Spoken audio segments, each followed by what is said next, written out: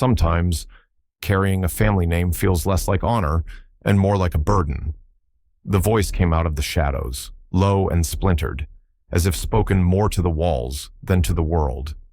Those words, raw and unintended for ears, floated through the silence of an empty executive suite and landed with full weight on someone standing just beyond the doorway. Someone who wasn't meant to hear. What do the powerful say when the masks slip, when no one's left to impress? This is a story that takes you past titles and polished shoes, straight into the ache hidden behind legacy.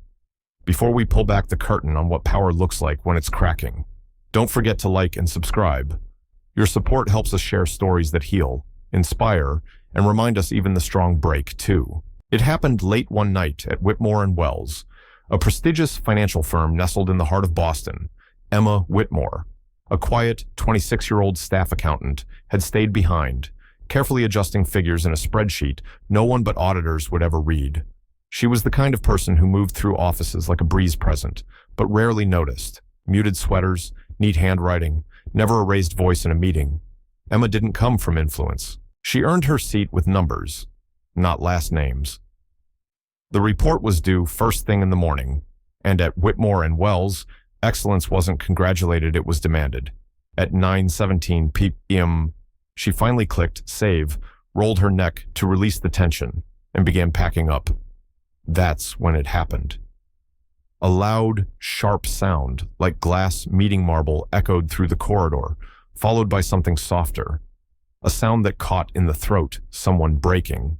She followed it, carefully. At the end of the hallway, the conference room door stood slightly open. Inside, seated alone at the head of a long oak table, was Julian Whitmore, CEO, age 32, and the public face of the third generation to carry the Whitmore name. He looked unlike anything she'd ever seen of him before. Tie loosened, sleeves wrinkled. His head rested heavily in his hands. "I don't know how much longer I can keep doing this," he murmured into the silence. "There's nothing real in any of this. It's all built on pressure and expectation, and I'm so tired." Emma stood, frozen. This was Julian, the man who once silenced a full boardroom with a glance, the man whose decisions came fast and sharp, never second-guessed.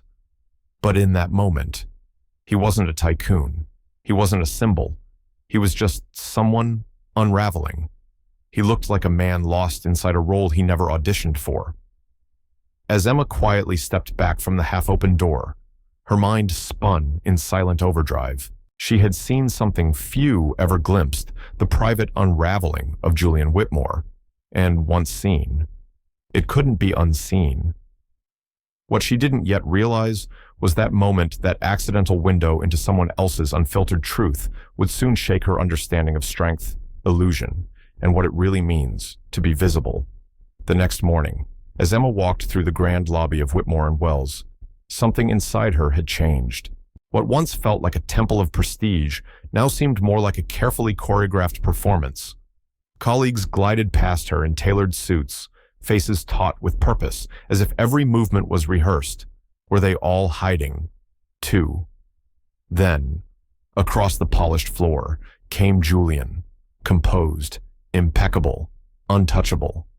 The man who had quietly broken down just hours ago now moved like royalty through the crowd. His suit was flawless, his gaze sharp, his jaw set. As he passed Emma's desk, their eyes locked for the briefest breath. Her chest tightened. Did he know? Could he sense she'd seen him stripped of armor? But his gaze swept past her without pause, and she exhaled, slowly, shakily, as if she'd been holding in more than just air. "Earth to Emma," came a warm voice that pulled her back to the present. It was Ben Carter, the only friendly soul in the accounting department. At 28, Ben had an open heart and a rare gentleness that made the harshness of the firm feel a little less sharp. He smiled, soft and genuine. "You all right? Looked like your head was somewhere else. I guess I'm just," Emma faltered, still buried in numbers. Ben finished for her with a knowing grin. "Saw your light was still on late last night." She opened her mouth, unsure of how to respond, when a cold interruption sliced through the air. "Miss Whitmore?" It was Celeste Harper, head of human resources, 30 years old, blonde hair pulled so tight it made her expression seem permanently disapproving. "Chatter like this should wait until scheduled breaks," she said, her tone laced with icy politeness. "And Ben, I believe Mr. Franklin is expecting the Mitchell file." Ben gave Emma a small, if reluctant nod and turned to leave. Celeste, however, remained the scent of her perfume, lingering like an accusation. "You know," she said, voice dipped in artificial sweetness. "This firm isn't for everyone. It's not just a job, it's an inheritance, and some of us understand that better than others." The warning was clear. Celeste had always looked down on those she considered unworthy, anyone who hadn't been born into the right circle, with the right name, or the right kind of ambition. And it was no secret she had her eyes firmly set on Julian Whitmore, positioning herself as the ideal candidate to stand at his side, both professionally and otherwise. Emma straightened, surprised by the steadiness in her own voice. "I know exactly what this company values. Ms. Harper." Celeste's smile faltered. "Do you—" Now she murmured, her eyes narrowing slightly. Without another word, she turned and walked off, each click of her heels sharp against the marble. In the days that followed, Emma began to see Julian differently. The firm's icy CEO wasn't quite so unreadable anymore. She noticed how his back stiffened each time his father called, how his polite laughter at events felt forced hollow, how often he stood by the window, staring out over the city like someone trying to remember what freedom used to feel like, and the ache in his eyes. It was the same ache she had felt her entire life, the loneliness of not being seen for who you really are. "Don't go there," Ben cautioned, his voice unusually firm as they sat in the cafeteria. He caught the way Emma's gaze lingered on Julian Whitmore across the room. "I wasn't," she began, but he cut her off gently. "You were, and I get it. But I've seen this happen before.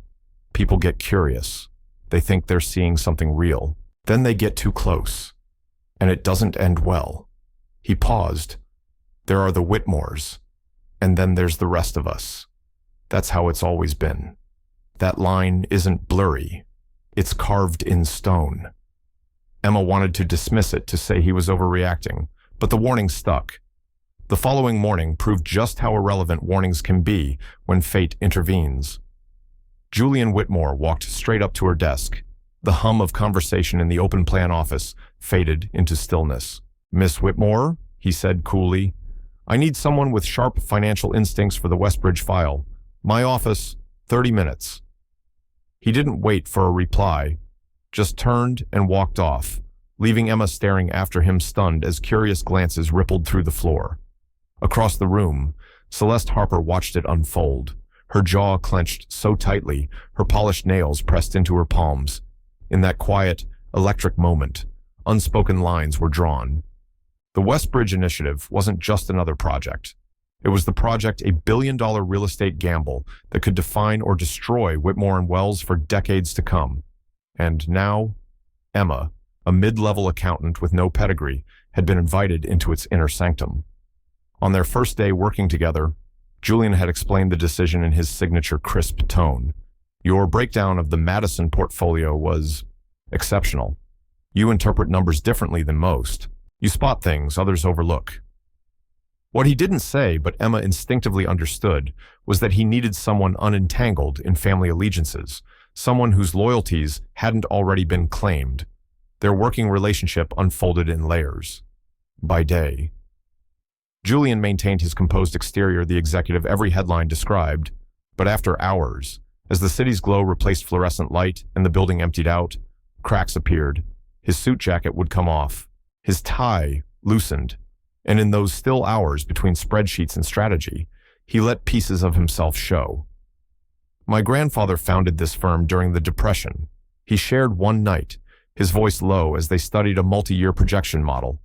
"He built it on 3 values: honesty, precision, and legacy." A short laugh escaped him, one without mirth. That last one, legacy, it either keeps you strong or keeps you locked in place. Emma looked up, surprised by the personal tone. "Locked?" she asked gently. Julian's eyes met hers, and this time, He didn't hide behind professionalism. When your future is chosen before you're even old enough to want anything else, you don't walk a path, you perform it. His words settled into the quiet like confession. And just like that, something shifted. These weren't flirtations. They were moments of shared weight brief, fragile truths exchanged between two people who didn't fit the worlds they were expected to occupy. Emma began to see him not as the unreachable CEO, but as a man burdened by legacy, aching for something real, a reflection of her own quiet yearning. But the office noticed, and the whispering grew louder. Celeste, especially, became sharper, colder. One afternoon, she stepped into Emma's space with a smile that cut like glass. "So tell me," she said, voice smooth as silk, wrapped around a blade. "What exactly did you do to earn this little promotion? Julian may be loyal to the company's future," Celeste murmured in the break room, her voice just loud enough to float to nearby ears. "But even the most disciplined man can lose focus when a pretty face lingers too close." Emma froze.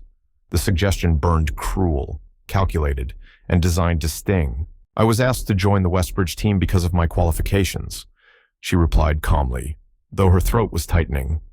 "This isn't about appearances. It's about data, accuracy, real work." Celeste stepped closer. Her smile was elegant and cold. "Let's not pretend, shall we? Julian was born into power, into prestige. He deserves someone who understands that world, not someone who stumbled into a seat they were never meant to hold." She paused. "Don't confuse proximity with belonging." As Celeste walked away, Ben appeared beside Emma, concern etched in the lines around his eyes. "I caught part of that. She's pushing harder now." "There's nothing going on," Emma said quickly, but her cheeks betrayed her before her voice could convince him. Ben leaned in. "Just watch your back. Celeste doesn't bluff. And when she sets her sights on something or someone, she doesn't care who gets destroyed along the way." His warning arrived just in time.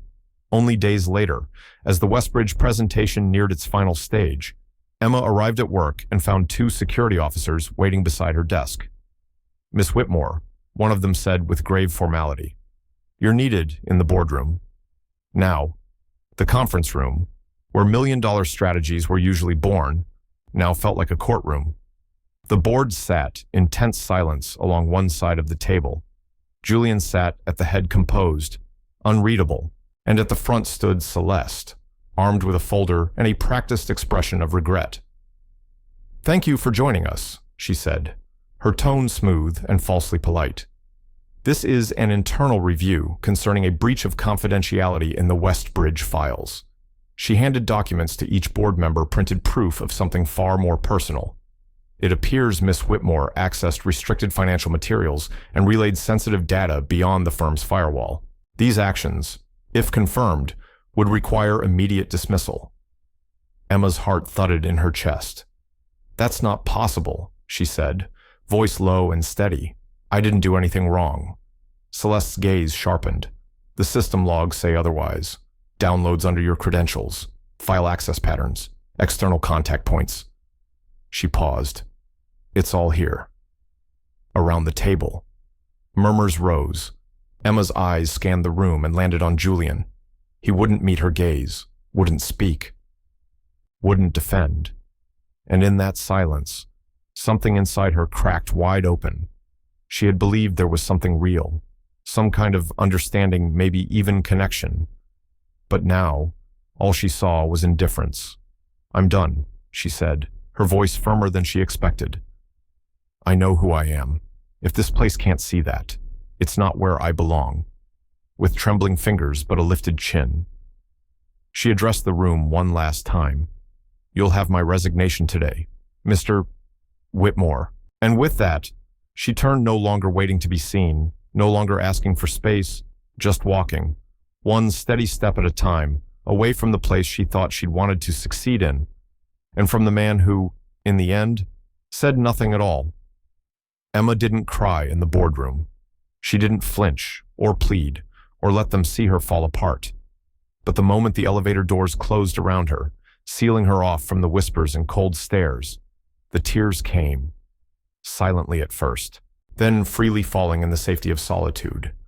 What she didn't know was that, behind those imposing boardroom doors, Julian Whitmore had just slammed his fist on the polished table and demanded to see the so-called proof with his own eyes. 3 days passed. Emma hadn't left her apartment. The blinds stayed shut. Her phone remained dark. Takeout boxes were stacked like ruins around an untouched resume. What future was left to update for? She knew how fast rumors traveled in a place like this, and she had no doubt that Celeste had made sure her name was blacklisted before the elevator had even hit the lobby. The knocking had gone on for over a minute before she finally opened the door, not caring who saw her like this anymore. Ben stood there, holding 2 coffees and a red folder tucked beneath one arm. "You look like someone who's forgotten what sunlight is," he said, stepping inside uninvited. "Appreciate the honesty," she muttered, managing the faintest smile. He placed the drinks on the table, scanning the clutter with raised brows. "I'm not here for coffee talk. I'm here to drag you out of this spiral." Then, more gently, "But first, you need to look at this." He opened the folder. Inside were printed emails, system logs, and still frames from security footage. Emma blinked. "What is all this evidence?" Ben replied. His tone had lost its usual warmth, replaced by quiet resolve. Celeste faked the entire thing. She stared at him. "She waited until you were logged out, then used your credentials, fabricated access records, created phony email chains. It was a setup. All of it." Emma sat down slowly, eyes fixed on the damning pages. "How did you get this?" Ben shrugged. "I've got friends in the IT department. Not everyone worships at the altar of the Clark Whitmore Power Alliance." He leaned in closer. "But that's not even the big part." Emma looked up, wary. "Julian knows." Ben said. The words hit harder than she expected. "He's known since the day you left. After you walked out. He demanded to see everything himself. Took her whole story apart piece by piece." Emma gripped her coffee without drinking it. "Then why didn't he say anything?" Ben sighed. "Because the board was watching his every move, and his father's influence is still all over that building. He's been working from the inside carefully, quietly, but it's happening." Emma's voice was barely above a whisper. "What's he done?" "He's halted the Westbridge project indefinitely, cited data security concerns, launched a full investigation into HR protocols, and Celeste. She's not nearly as smug lately." A rush of conflicting emotions swelled in Emma's chest, relief at the truth finally surfacing. Anger that he hadn't stood up for her when it mattered. And something else, more complicated. "Why didn't he come to me?" she asked. Ben hesitated. "That's something only he can answer. And if you want to ask, you'll have the chance." She looked up sharply. "Tomorrow, 10 o'clock. Riverside Cafe," he said, heading for the door. "That little spot you always rave about, 2 blocks from here. He'll be there. No board, no suits. Just him." He opened the door. "The real question is, will you?" When the door clicked shut behind him, Emma didn't move. She stared at the red folder in front of her, the quiet, undeniable truth, and all around her, the silence pressed in. But in her mind, the noise had only just begun. The late nights, the quiet glances, the way his expression softened when they were alone, it all played through Emma's mind like a memory she couldn't put down. Had she imagined the connection, or had she just misunderstood the cost of the world Julian lived in? The next morning, freshly showered and dressed with more care than she wanted to admit, Emma pushed open the door to Riverside Cafe, 10:03 a.m., just enough to be fashionably late, but not late enough to suggest doubt. The little coffee shop buzzed softly with conversation. It didn't take long to spot him. Julian Whitmore, seated by the window in jeans and a soft gray sweater. No suit, no power posture. Just a man who looked tired and maybe hopeful. When he saw her, his expression shifted not to charm, not to confidence, but something that looked very much like quiet relief. He stood as she approached, a gesture out of time, out of place, but deeply sincere. "You came," he said, voice low. "I almost didn't," Emma replied, sliding into the chair across from him. They sat in silence for a beat. This version of him stripped of boardrooms and legacy felt unfamiliar, but more real than any version she'd known before. "I owe you an explanation," he said finally, "and a genuine apology." Emma didn't look away. "You let them tear me apart in front of everyone, and you didn't say a word. I wanted to," he said quietly. "God, I wanted to." He leaned in, eyes earnest. "But that room, those people, they aren't just executives. They're my family, lifelong allies. Every word I speak in that space is weighed against decades of expectation. If I had jumped to your defense, they would have called it favoritism, labeled it weakness, fired you to send a message." He ran a hand through his hair, something Emma had never seen him do in the office. "I had to take it apart quietly, from the inside, with evidence, not emotion. So numbers matter more than people," she asked. There was no bitterness, just fatigue in her voice. "That's how I was raised," he admitted. "But that mindset, it's crumbling. Because of you." He looked away for a moment, then back again, voice softening. "The night you overheard me, I knew you were there." Emma's eyes widened, but he continued. "It was the first time I ever said those words aloud, about how trapped I felt, and you didn't use it against me. You just listened." There was a pause, not awkward, but heavy with meaning. "No one's ever looked at me the way you do," he whispered, "like I'm more than the Whitmore name, like I'm someone worth seeing." Emma felt the tightness in her chest begin to ease, but one question lingered. "Why tell me this now?" Julian didn't hesitate, "Because if you walk away, I'll lose the only person I've ever been real with, and because—" He exhaled. "There's something else you need to know." She held his gaze, bracing herself. "My family has been pushing for an engagement announcement," he said. "Next month, a strategic match, the perfect merger between legacy and influence." Emma blinked. Her stomach dropped, but she nodded. "Well," she said, her voice brittle. "Congratulations." Julian shook his head slowly. "I'm not doing it." He didn't look away. "For the first time in my life, I'm not following the path they laid out for me. I told my father I won't marry for business," Julian said quietly, fingers wrapped loosely around his coffee cup. "If it means walking away from the company, so be it." Emma's breath caught. She understood the weight of what he'd just said. This wasn't about defying a board decision. It was walking away from a dynasty, from an identity carved out before he could speak his first words. "What happens next?" she asked softly. A hint of a smile tugged at the corner of his mouth. "I'm not sure, but I'd like to figure it out, with someone who sees the person beneath the name, if she's still willing." Their eyes met across the worn wooden table. Neither needed to say it aloud, they both knew what this moment was. Emma had walked away from the company to protect her integrity, and now Julian was willing to do the same. And in that shared bravery, something new was beginning.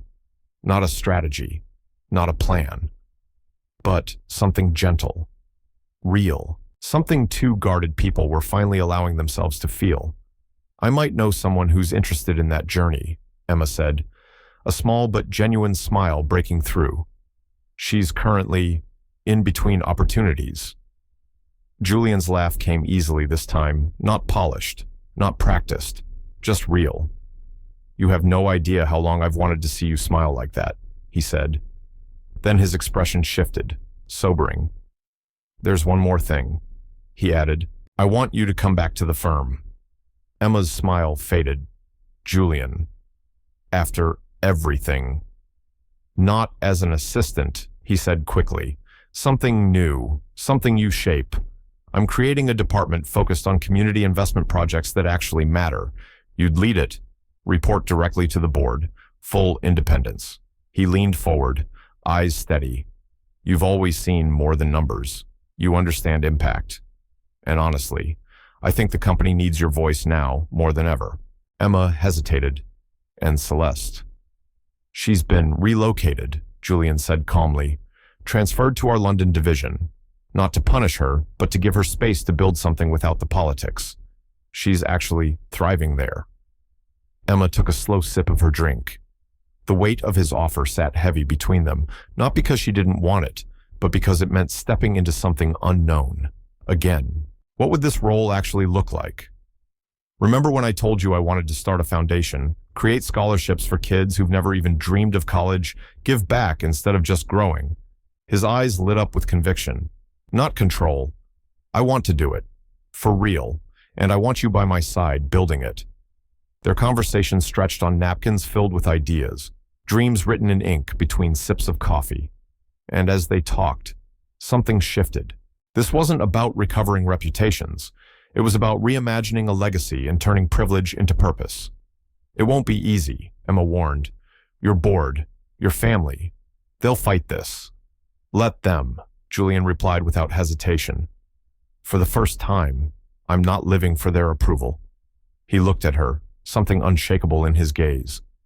You showed me what courage looks like. Emma, now it's my turn. Outside the cafe window, the city moved on fast, indifferent. But inside, something meaningful had begun. Two people had chosen to rewrite not only their own stories, but maybe the story of Whitmore and Wells itself. And as the weeks unfolded, it began. Her return to the firm raised more than a few eyebrows met with whispers, questions, sideways glances. But Emma met them all with calm resolve, because this time, she wasn't stepping back into the company she left. She was helping to build the version it had always needed to become. The resistance came hard and fast. Julian's family, never known for compromise, threw up every barrier they could find.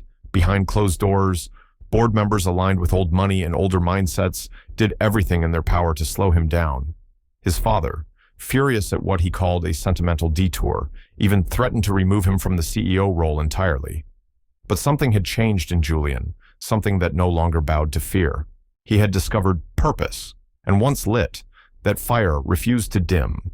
In meetings where he used to yield, he now stood firm. And when logic failed to move the elders, he turned to optics, announcing the company's new education initiative publicly before it received official board sign-off. It was a brilliant move. Who would dare oppose scholarships for underprivileged youth in front of the press within the halls of Whitmore and Wells? Julian and Emma maintained a professional distance, but behind the formality was a quiet bond, one nurtured through shared vision and mutual trust. Ben, ever loyal, served as confidant and strategist, helping them navigate the chessboard of power with sharp insight and subtle moves. By the end of 6 months, what began as a whispered idea had become a national headline. The Whitmore Foundation for Opportunity was no longer a proposal, it was real, funded, staffed, and launching its first wave of full university scholarships. And Julian still CEO, still standing, proof that profit and purpose didn't have to be rivals. A year passed. At the Whitman Hotel's grand ballroom, elegance filled the air. The foundation's inaugural scholarship gala had drawn philanthropists, educators, and leaders from across the country. At the heart of it all stood Julian, more confident than ever, but softened by sincerity. He no longer wore the mask of the heir. He was building something of his own now. And beside him, poised, composed, quietly commanding, was Emma. She had returned not as a subordinate, but as the director of community strategy, a role tailored to her strength with numbers and her heart for impact. Their relationship remained respectfully private, but to those who truly knew them, it was clear something deeper had grown.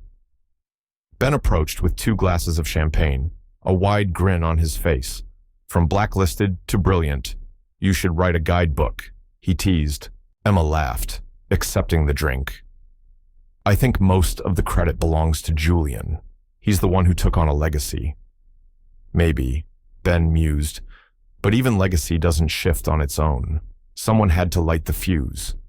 His gaze drifted toward Julian, now surrounded by scholarship recipients, engaged in earnest conversation, smiling in a way that felt genuine. Ben's voice dropped slightly, reflective. You know, I've worked at this company for over a decade, and I've never seen him like this. I've worked at Whitmore and Wells for 6 years, Ben said, his voice low and thoughtful. But this is the first time I've seen Julian genuinely happy, across the room, as if drawn by the weight of those words. Julian glanced up and caught Emma's gaze. The smile they shared, quiet, unspoken, said more than any conversation could. Later that evening, the energy in the grand ballroom reached its peak as Julian stepped up to the podium. He didn't speak from notes. He didn't need to. "The Whitmore legacy," he began, his voice calm but full of conviction, "has always been about building something that endures." He paused, letting the words settle. "For a long time, we believed that meant wealth, expansion, market dominance. But this past year, I've come to see that what truly lasts isn't what we accumulate. It's what we share." He scanned the crowd and found Emma. "It's in the chances we give, the lives we lift, the courage to redefine what success means." A hush settled over the room as he continued. "Sometimes the most important things in life aren't inherited. They're discovered when we're brave enough to question what's always been expected of us." At the back of the room, Celeste Harper stood quietly, watching. She hadn't expected to be here, not after everything that had happened. When her attempt to undermine Emma failed, she had prepared for disgrace. But instead of exile, Julian had offered something else entirely: a chance. London had given her space, distance, freedom to build something of her own.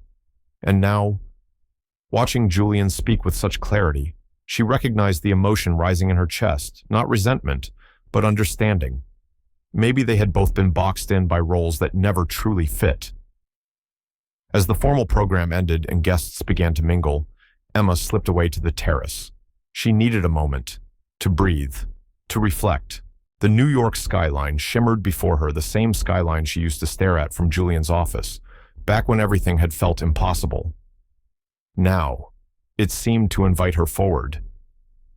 "You're hard to find tonight," Julian said gently as he approached. Emma turned, smiling. "Just needed a break. It's been a lot." He moved beside her, their shoulders almost touching, both of them staring out into the glittering distance. "I think about that night often," he said.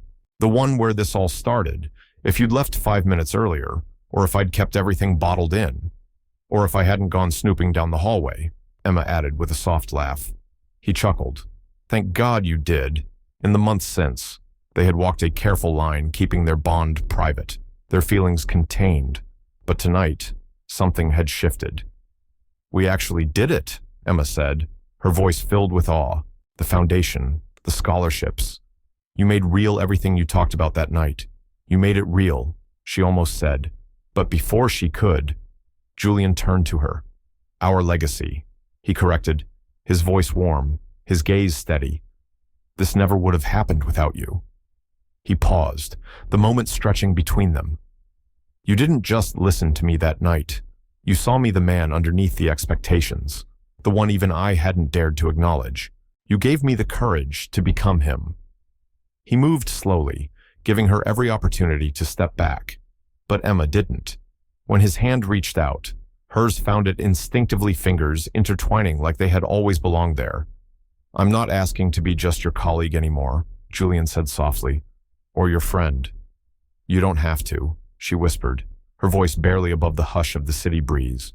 "I've felt the same. For a long time." And when their lips finally met beneath the New York stars, it wasn't dramatic or rushed, just gentle, real. The quiet culmination of a journey that began with a late night, a cracked door, and a moment of unexpected truth. 1 year ago, she had stumbled upon a man speaking aloud the pain he kept hidden behind title and tradition. And now that man was no longer hiding, neither was she. Inside, Ben caught a glimpse of them through the terrace doors. With a knowing smile, he quietly turned away, steering a passing waiter in another direction. Some moments, especially rare, honest ones, deserved space to simply be. Perhaps the most important part of this story wasn't the drama of boardrooms, or even the spark of unexpected romance. It was the quiet revolution of two people choosing authenticity, daring to take off the masks, risking vulnerability, and being met not with judgment, but with acceptance. Emma and Julian's story was far from over. The road ahead was uncertain, but as they stood side by side on that terrace, looking out over a city filled with noise and ambition, One truth shimmered between them like the lights below. Whatever came next, they wouldn't face it as CEO and subordinate, not as legacy and outsider, but as two souls who had found, in each other, the courage to live honestly, fully, unapologetically. In a world obsessed with appearances, that was a gift few ever found, and even fewer dared to keep. Thank you for spending this time with us. If Emma and Julian's journey touched your heart, consider sharing it with someone who needs to believe in real connection again. And don't forget to subscribe for more stories that remind us of what truly matters: love, truth, and the bravery to be seen.